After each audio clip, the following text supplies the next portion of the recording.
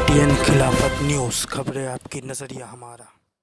आदाब नाजरीन, KTN खिलाफत न्यूज़ में आपका स्वागत है। इस ख़ास बात में आज हमारे साथ मौजूद हैं राष्ट्रीय लोकदल के युवा विंग के अध्यक्ष अंबुज पटेल जी। नाजरीन, जैसा कि आप जानते हैं कि पूरे देश में अन्नदाता आज सड़कों पर हैं। क्यों सड़कों पर हैं, ये तमाम तस्वीरें मैंने पहले भी दिखाई हैं।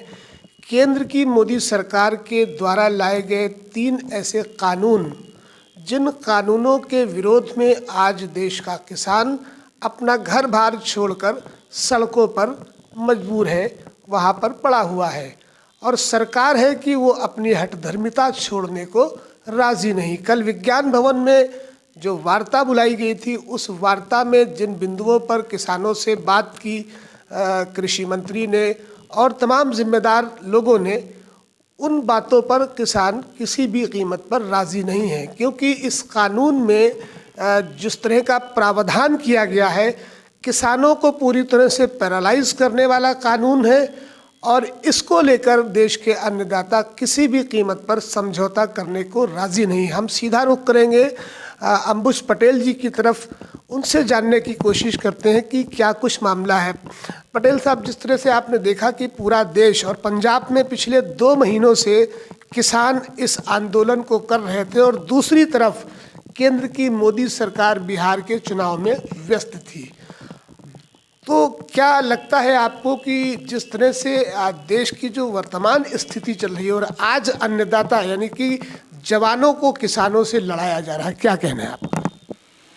देखिए, जब से इस देश में भारतीय जनता पार्टी की सरकार बनी है, भारतीय जनता पार्टी वो नियम कानून बना रही है जो इस देश की जनता ने कभी उससे मांगे ही नहीं। जो देश का किसान मांग रहा है, भारतीय जनता पार्टी उसे ना दे के अपनी नीतियों को ज़बरदस्ती लागू करने का काम करती है, थोपने का काम करती है। और राष्ट्रीय लोकदल सदैव किसानों की बात करती है, किसान हित की बात करती है। चौधरी चरण सिंह जी ने किसानों के हित में बहुत अभूतपूर्व निर्णय लिए, प्रधानमंत्री रहते हुए, मुख्यमंत्री रहते हुए बहुत अभूतपूर्व कार्य किए। आज हमारे नेता माननीय जयंत चौधरी जी दिल्ली में सिंधु के किनारे, वहाँ पर जो बॉर्डर है, सिंधु बॉर्डर पर जाकर लंगर खिला रहे हैं किसानों को और धरने में शामिल हुए हैं आज हमारे नेता। भारतीय जनता पार्टी ने जो 3 काले कानून लागू किए हैं, भाजपा आज की तारीख में बिल्कुल जब हमारा देश गुलाम था उन दिनों को याद दिलाती है जब अंग्रेज काला कानून लागू किया करते थे। हमने मांगा ही नहीं, किसानों ने कभी इस तरह के कानूनों की मांग ही नहीं की और भारतीय जनता पार्टी ने पड़ोस के सामने ज़बरदस्ती रख दिया। वहाँ पंजाब में, हरियाणा में विरोध हुआ, किसान भाइयों ने विरोध किया, एक केंद्रीय मंत्री ने इस्तीफा भी दिया, लेकिन भारतीय जनता पार्टी के कान पे जू रेंगने का काम नहीं हो रहा है। अब आज स्थिति ये आ गई, कॉन्ट्रैक्ट फार्मिंग का मतलब ये हो गया है कि भाजपा कह रही है कि हम किसानों के हित में हैं और किसान कह रहा है ये किसान के हित में नहीं है। और हकीकत यह है कि किसानों को पंगु बनाने का काम एक पार्टी कर रही है। अब कॉन्ट्रैक्ट फार्मिंग का मतलब ये है कि यदि किसान ने अपनी ज़मीन का सौदा कॉन्ट्रैक्ट किया किसी बिजनेसमैन के साथ, अब इस नियम में गड़बड़ी कहाँ है? गड़बड़ी ये है कि अगर किसान की कीमत बिजनेसमैन के साथ तय हो रही है कि 6 रुपये में उसका लेन देन तय हो रहा है, तो उत्पादन के बाद यदि मार्केट में कीमत बढ़ेगी तो उसका लाभ किसान को बिजनेसमैन नहीं देगा, लेकिन अगर कीमत घटेगी तो घटी हुई दरों पर किसान को उसका पेमेंट होगा। प्रधानमंत्री नरेंद्र मोदी जी ने अभी अपने वाराणसी दौरे पर भी ये बात कही कि एक देश एक बाज़ार की बात वो करते हैं। उनका कहना है कि न तो मंडियों को ख़त्म किया जा रहा और MSP की बात बार बार वो करते हैं, लेकिन किसानों का ये कहना है कि आप चलिए ठीक है, आपका ये कानून ठीक है, आप इसे लाइए, लेकिन जिस MSP की आप बात कर रहे हैं उसको लीगलाइज तो करिए।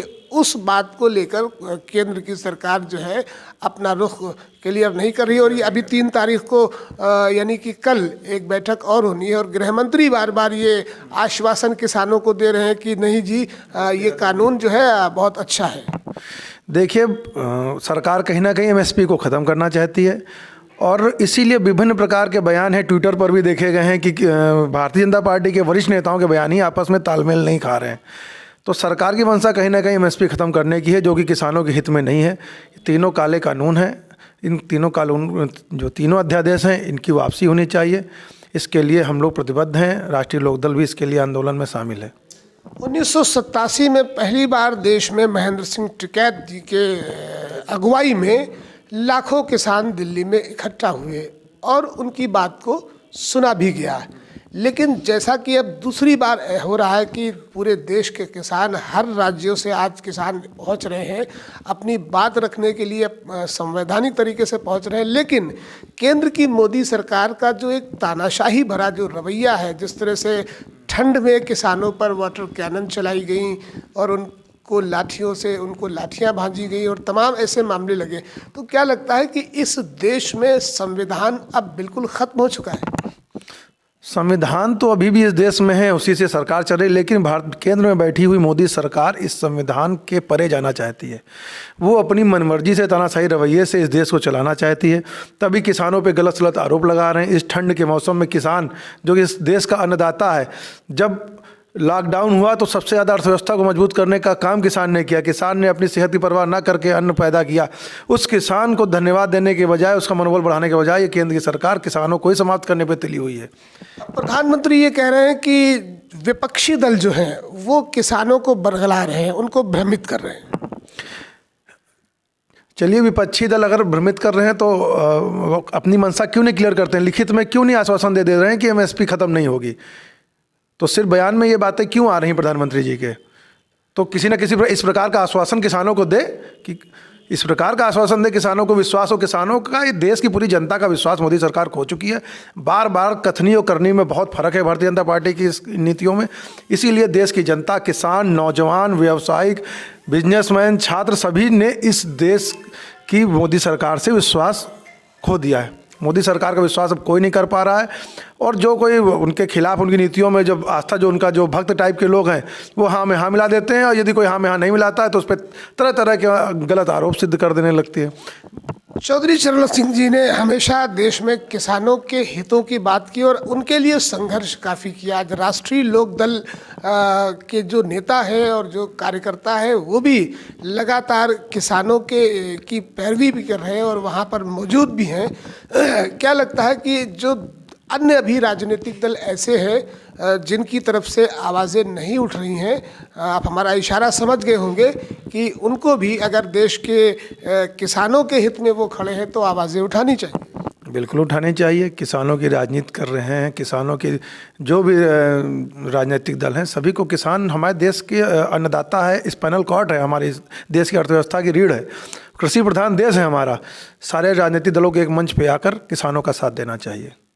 हमसे बात करने के लिए बहुत बहुत शुक्रिया। अभी हमसे बात की राष्ट्रीय लोकदल के युवा नेता अंबुज पटेल जी ने। उन्होंने हमारे सवालों का भी बड़ी बेबाकी से जवाब दिया। नाजरीन, आपको बता दें कि देश में पहली बार ऐसा हो रहा है 70 सालों में, जिस तरह से केंद्र की मोदी सरकार किसानों के हितों की बात करते हुए 3 बिल लेकर आई, और इस बिल में जो कानूनी प्रावधान रखे गए हैं उस पर देश के अन्नदाताओं को भरोसा नहीं है। और यही एक वजह रही है कि आज पूरे देश के किसान जगह जगह से दिल्ली की तरफ कूच कर रहे हैं। और बात करेंगे हरियाणा सरकार की, मनोहर लाल खट्टर सरकार की बात करेंगे। उनका जो एक रुख रहा है, रवैया रहा है, वो किसानों के प्रति एक तरह का, ये कह सकते हैं कि नकारात्मक जो रवैया रहा है, और उसको लेकर अब हरियाणा में भी खट्टर सरकार के विरुद्ध आवाज़ें उठने लगी हैं। और अभी कल